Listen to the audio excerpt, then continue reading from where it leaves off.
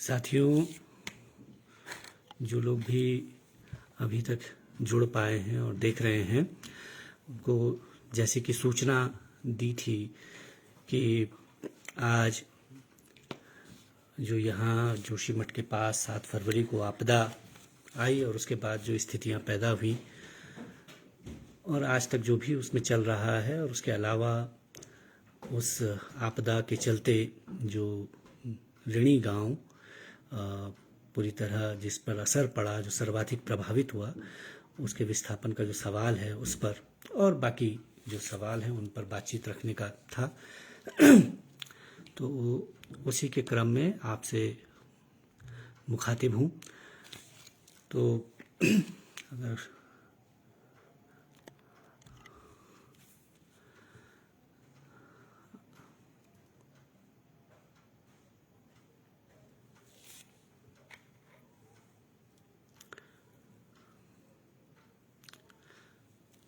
तो इसको शुरू कर लेते हैं, और जो भी साथी देख रहे हैं उनको मेरा अभिवादन, नमस्कार।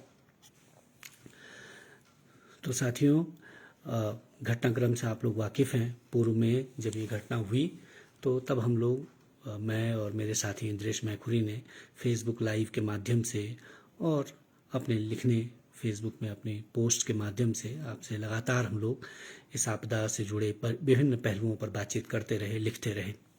बल्कि जो ये आप ऋणी के विस्थापन का भी जो सवाल है, इस पर भी मैं लगातार लिखता रहा हूँ, बोलता रहा हूँ, और बाकी जगह भी हम लोगों ने अखबारों में यहाँ बयान दिए, लिखा। लेकिन बहुत सारी बातें ऐसी हैं जिन पर व्यापक चर्चा, विचार विमर्श की ज़रूरत है। ये केवल ऋणी का सवाल नहीं, बाकी भी जो उत्तराखंड में 200-250 गांव, 250 के लगभग जो गांव हैं और पिछले 10 साल से जो विस्थापन की राह देख रहे हैं, उनका भी सवाल है। तो हम चाहते थे कि ऋणी के विस्थापन के सवाल के माध्यम से उसको वहाँ से शुरू करते हुए और बाकी जो उत्तराखंड में जो बाकी गांव हैं उनके विस्थापन पर भी बात हो। इसके अलावा जो उत्तराखंड सरकार की विस्थापन नीति है, इस पर भी बात हो, क्योंकि ये गंभीर सवाल है। लेकिन उससे पहले मैं इस पर आऊँ, बहुत सारे अन्य पहलू इसके हैं। एक तो इस पर आपदा के चलते जो 2 परियोजनाएं प्रभावित हुई, विद्युत परियोजनाएं, उनको लेकर के भी बातचीत है कि भाई विद्युत परियोजनाओं के जो निर्माण कार्य का तरीका है और जो इतनी बड़ी परियोजनाएं हैं उनसे, उनके चलते जो कुछ जिस तरह से उनको कहा जाता है कि ये रन ऑफ द रिवर हैं, सबसे कम नुकसान करने वाली परियोजनाएं हैं, लेकिन हम देख रहे हैं कि ये जो परियोजनाएं जिनको कि रन ऑफ द रिवर कहा गया, ये जो है केवल नदी के बहाव का उपयोग नहीं करती, बल्कि नदी के बहाव से इतर जा कर के और उसके बहाव के बाहर, यानी कि जो उसका रेगुलर कोर्स है उसको पलट करके सुरंगों में नदी को डाल दिया जाता है। उसके चलते उस सुरंग को बनाने के लिए होने वाले विस्फोट और उसके लिए कटने वाले पेड़ और जो नदी का पूरा जो कोर्स बदल दिया जाता है, उसके चलते जो पारिस्थितिकी तंत्र पर जो असर होता है वो, और लोगों की जो भूमि ली जाती है वो, और बाकी सब चीज़ें इससे जुड़ी हुई हैं।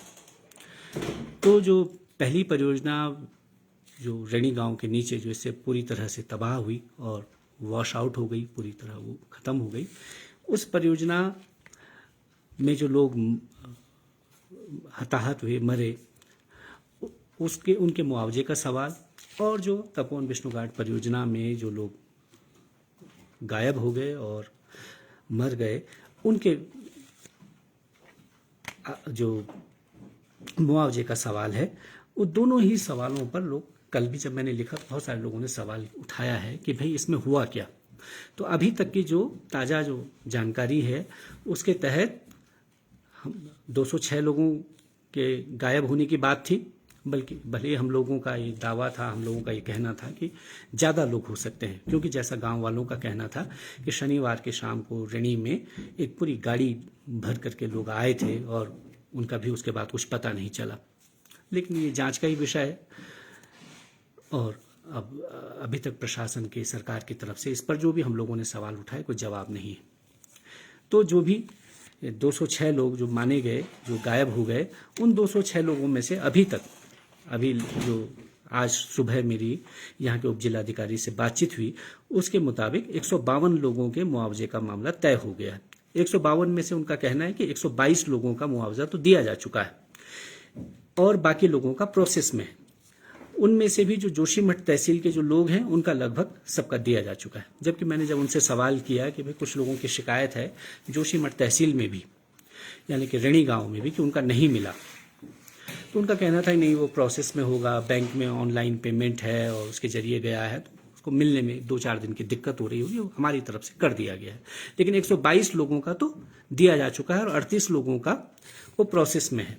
और जो अन्य बाहरी राज्यों के लोग हैं उनका, क्योंकि उसमें एक बड़ी उसकी प्रक्रिया है कि यहाँ से एक चिट्ठी वहाँ गई है उस राज्य के जहाँ के वो लोग हैं, फिर वहाँ जो है वहाँ की तहसील में जाएगा, वहाँ के पटवारी उसको चेक करेंगे कि वो व्यक्ति वहाँ जो गायब है वो उसके पूरी डिटेल, फिर उसमें जो है एक नोटिस निकलेगा कि भाई ये व्यक्ति जो है गायब है, इसकी कोई सूचना और इसका एक नोटिस निकलेगा। और उसके बाद जब 15 दिन 1 महीने के बाद जब वो किसी को आपत्ति उस पर नहीं होगी, उसके बाद जो है उसको मृत उसको घोषित करने के बाद और उसके वहाँ से जब हमको पत्र आ जाएगा उस पर्टिकुलर राज्य से, उसके बाद हम उसकी प्रक्रिया शुरू करेंगे। फिर मुआवजे के बारे में जब मैंने उनसे पूछा है तो वो 4 लाख जो मुख्यमंत्री राहत को मुख्यमंत्री की घोषणा के यहाँ राज्य की घोषणा के अनुसार 2 लाख रुपया केंद्र के अनुसार केंद्र सरकार की तरफ से और 1 लाख रुपया अन्य जो मुख्यमंत्री राहत कोष से जो यहाँ के प्रशासन ने मांगा है, तो उसके मुताबिक टोटल 7 लाख रुपया सरकार की तरफ से मिलना है। उस 7 लाख में से 4 लाख रुपया बहुत सारे लोगों को दिया जा चुका है, कुछ लोगों को 6 लाख रुपया भी मिल गया है, ऐसा उनका कहना है। और बहुत सारे लोगों का जो है 4 लाख रुपया गया है और उनका 3 लाख रुपया बाकी है। लेकिन वो सिर्फ जो है उन्हीं हमारे राज्य के लगभग का हो गया है। बाहरी राज्यों से, बंगाल से, अन्य राज्यों से जहाँ से रिपोर्ट अभी नहीं आई है, उनका लगभग 50 से 55 लोगों का बाकी है। ये तो मुआवजे की स्थिति है। मुआवजे में जो हम लोगों का सवाल था हम लोगों का कहना था कि भाई एनटीपीसी तो वहाँ जो है अपने जो तपोवन विष्णु घाट परियोजना में जो लोग मरे हैं उनको लगभग 30 से 40 लाख रुपया दे रही है। 20 लाख रुपया तो वो दे ही रही है। 20 लाख के अलावा जो है उनका इंश्योरेंस का पैसा है, उनका जीपीएफ का बाकी जो पैसे हैं वो उसको मिला करके लगभग 30-40 लाख रुपया दे रहे हैं। लेकिन जो दूसरी परियोजना में एक ही घटना में एक ही आपदा के शिकार जो दूसरे लोग हैं, जो ऋषिगंगा पावर प्रोजेक्ट के लोग हैं जो वहाँ हताहत हुए, उनके साथ ये सलूक नहीं हो रहा है। उनको अभी तक की जो सूचना है उसके अनुसार केवल 6 लाख या 7 लाख रुपया मिलेगा।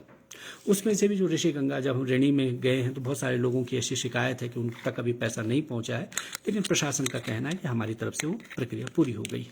तो एक तो ये विसंगति थी कि जो एक ही आपदा के शिकार हुए जो लोग हैं उनके साथ अलग अलग व्यवहार, ये हमने ये विसंगति पर सवाल उठाया था।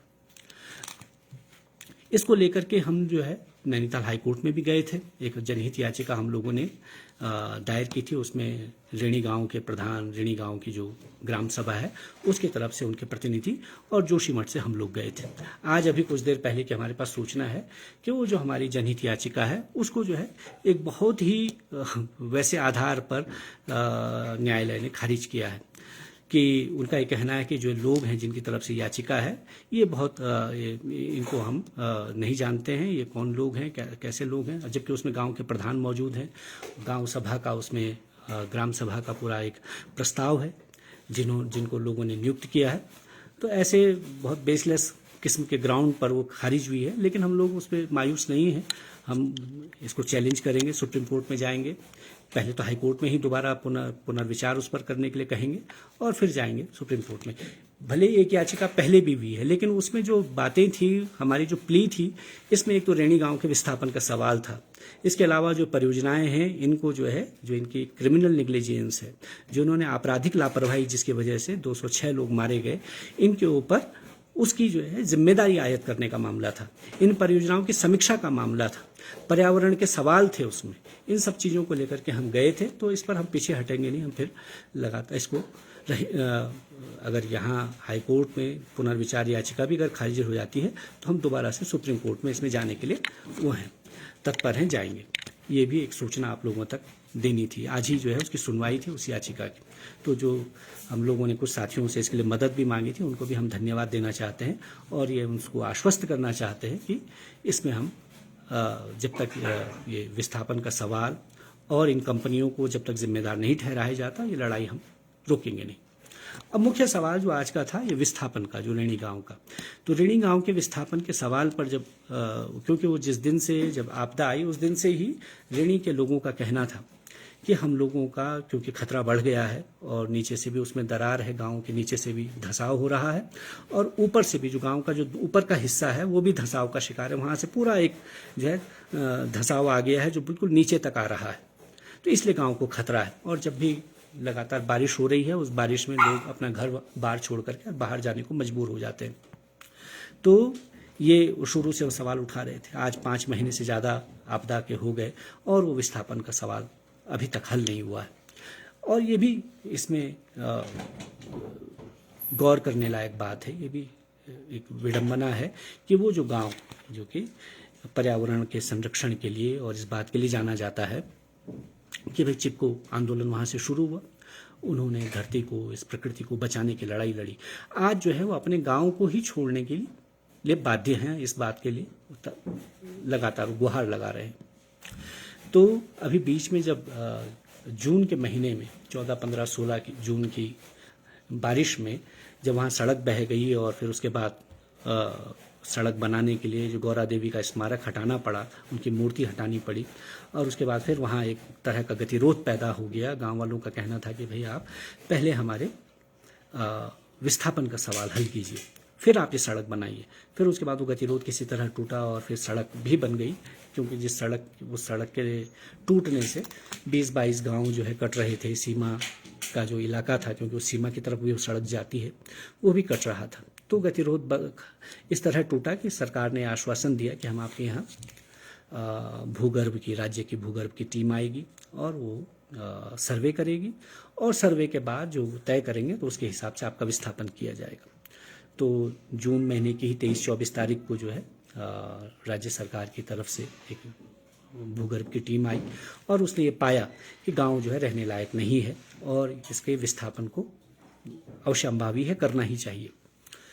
और आनंद फानन में जो है ये भी तय हो गया कि जो बगल का गांव है सुभाई, वहाँ इनका विस्थापन किया जाएगा। जब मैंने पूछा कि भाई ये कैसे तय हुआ कि सुभाई में होगा, तो ये कहा गया कि ढाक में भी दिखाया गया, ढाक में भी भूमि उपलब्ध नहीं है और सुभाई में भूमि उपलब्ध है और गांव वालों ने मौखिक तौर पर सहमति दी। भले ही ऐसा गांव में जाकर के तो ये बात समझ में नहीं आती, गांव वालों की तरफ से तो ऐसी सहमति दिखाई नहीं दी, लेकिन खैर उसके बाद जो है जैसे ही ये बात आई तो सुभाई के लोगों ने इसका विरोध किया। अब विरोध का कारण भी है, उसमें यह है कि जो पूरी हमारी विस्थापन नीति है सरकार की और उत्तराखंड सरकार की, वो अपने आप बहुत सारे उसमें दिक्कतें हैं। क्योंकि जब एक गांव विस्थापित होता है तो वो जो है सिर्फ अपने घर, मकान, भूमि से विस्थापित नहीं होता, बल्कि वो जो है अपने जो हक हकूक के जंगल है, चरागाह है, मरघट है, पनघट है, उसका जो पूरे हक हकूक हैं, वन पंचायत है, उन सब से महरूम हो जाता है, उन सब से वो वंचित हो जाएगा। और जब जहाँ दूसरी जगह जहाँ उनको स्थापित किया जाना है, जहाँ उनको विस्थापित किया जाएगा, वहाँ जो है उनको ये सब मिलने वाला नहीं है। केवल जो है 8 मुट्ठी भूमि यानी कि आधा नाली 100 स्क्वायर मीटर भूमि उनको मिलेगी और 2 कमरे लायक मकान बनाने का पैसा मिलेगा 3,60,000 के लगभग, है ना, या 3.5 पौने 4 लाख रुपये। तो पौने 4 लाख रुपए में कैसे आदमी वहाँ रह पाएगा? और फिर क्योंकि जो भी लोग हैं गांव के लोग, वो जो है अपने कृषि पर निर्भर लोग हैं, कृषि उनका मुख्य व्यवसाय है, उनका जानवर है, उनकी गाय है। बल्कि उसमें एक किस्सा अभी कुछ दिन पहले हुआ कि भाई जब जिलाधिकारी महोदय ने कह दिया कि भाई अगर हमने तो आपको कह दिया कि आप वहाँ चले जाएं स्कूल में, अगर आपको बचना है तो आप सामने जो स्कूल है वहाँ जा कर के रहें।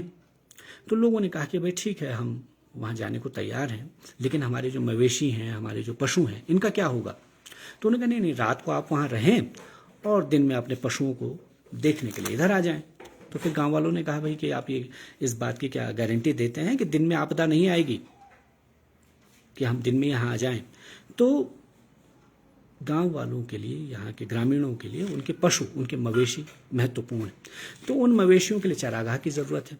चारागाह जो है, अगर आप किसी अन्य गांव में उनको बसाते हैं तो वहाँ उनके हक हकूक़ के साथ वो कैसे शेयर करेंगे उसको।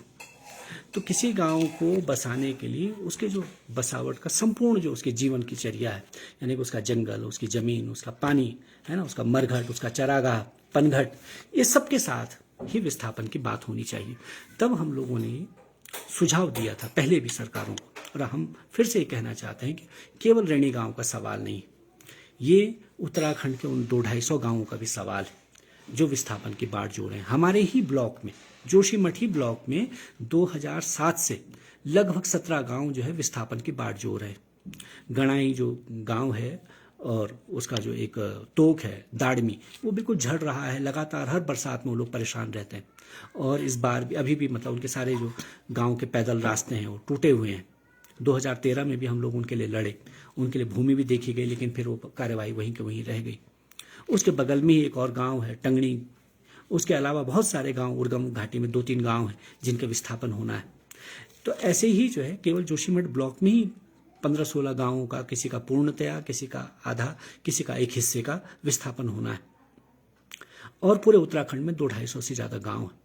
तब हम लोगों ने सुझाव दिया था 2013 में भी, और उसके बाद भी लगातार हम इस बात को कहते रहे कि जो उत्तराखंड में जो सरकार कह रही है, जिनको भूतहा गांव, जिनको आप कह रहे हैं कि घोस्ट विलेजेस हैं, है ना, जो पूरी तरह खाली हो गए हैं, जहां से लोग पलायन कर गए हैं और बाहर चले गए, दिल्ली, देहरादून या कहीं अन्य जगह, और अब वो लौटने वाले भी नहीं हैं, यानी कि वो स्थायी तौर पर ही बाहर चले गए हैं। तो उन गांवों का सरकार अधिग्रहण करे, और अधिग्रहण करने के बाद ये जो विस्थापित होने वाले गांव यहाँ से, इनको पूर्णतया वहाँ स्थापित कर दे। बल्कि जैसा हम कह रहे हैं, इसमें यह भी हो सकता है कि रैणी गांव अगर यहाँ से उखड़ रहा है, अगर दूसरी जगह पूरी तरह बसता है अपने जंगल, जमीन, पानी, चरागाह के साथ, जो उसको वहाँ मिल जाएगा, तो उसका गांव, उस गांव का नाम ही रैणी रख लिया जाए, है ना। इस तरह से जो भूतहा गांव हैं वो भी आबाद हो जाने वाले हैं, और जो यहाँ से जो जाएंगे उनको उनके हक हकूक के साथ वो मिल जाएगा। बल्कि जो लोग पलायन कर गए हैं उनको भी खुशी होगी कि हमारा गांव आबाद हो गया है, वो कभी कभार वहाँ लौट सकते हैं। उनकी संस्कृति जो मर गई है, जो खत्म हो रही है, उसको भी दोबारा से पुनर्जीवन मिल सकता है।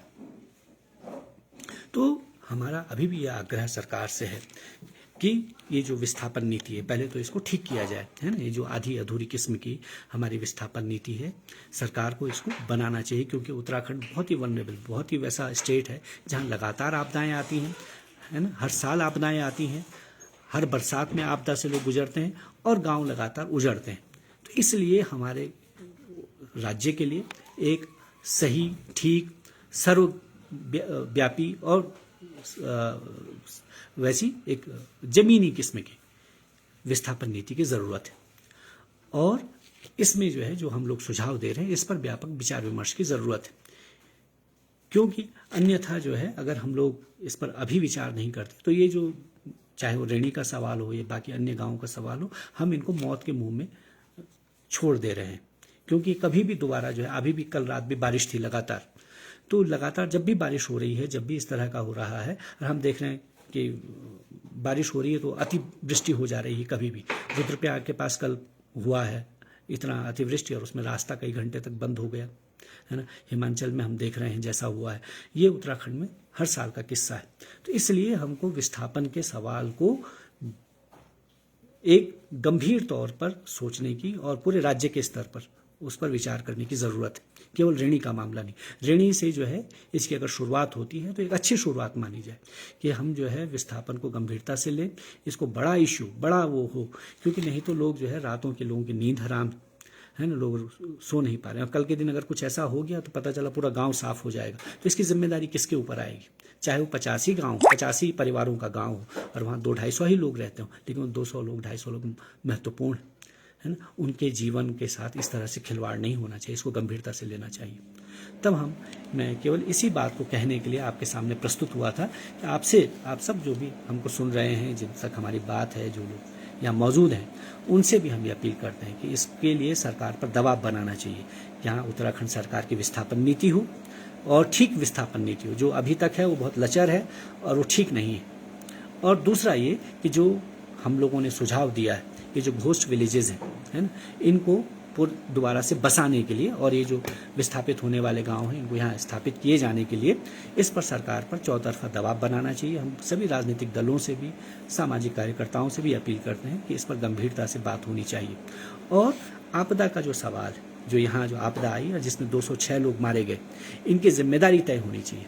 जो भी कंपनी, जो भी लोग इसके लिए जिम्मेदार हैं, हो सकता है कि एक बार आप जो है इस आधार पर किसी अपील को खारिज करवा दें कि इन लोगों को हम नहीं जानते, तो ठीक है, हम सुप्रीम कोर्ट जाएंगे, आगे लड़ेंगे, है ना, सड़क पर लड़ेंगे, लेकिन हम ये लड़ाई छोड़ेंगे नहीं। ये तो जिम्मेदारी आयद होनी ही चाहिए। जो लोग इस घटना के लिए, इतनी बड़ी आपदा के में मारे गए लोगों के लिए जिम्मेदार हैं, उनकी जिम्मेदारी तय होनी चाहिए, निश्चित होनी चाहिए।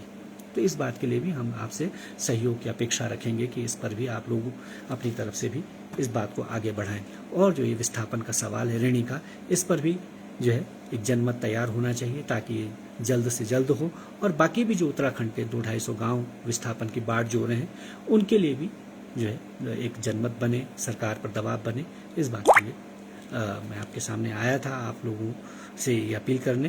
तो इतनी ही मेरी बात है। अगर कोई आपके सवाल होंगे तो मैं उनके बारे में, कल भी एक साथी ने इस पोस्ट पर जब मैंने कहा था कि मैं लाइव होऊंगा तो पूछा था कि टिहरी के जो लोग हैं उनका मुआवजा नहीं मिला। तो मैंने एसडीएम से पूछा था, तो उन्होंने कहा है कि वो उन 3 लोगों का, जो टिहरी घनसाली के जो लोग हैं, उनका जो मुआवजा है वो यहाँ से भेजा जा चुका है और 2-1 दिन में या 2-4 दिन में वो उनको मिल जाएगा। तो अगर फिर नहीं होता तो आप फिर मैसेज कीजिए, फिर हम यहाँ से दबाव डालेंगे, फिर से यहाँ कहेंगे प्रशासन को कि उसको त्वरित ये गति से हो। लेकिन प्रशासन का अभी तक यहाँ जोशीमठ में कहना है कि यहाँ से उनका मुआवजे की राशि भेजी जा चुकी है। तो यही मेरी बात थी। और अन्य कोई आप लोग कुछ, चलिए आपकी तरफ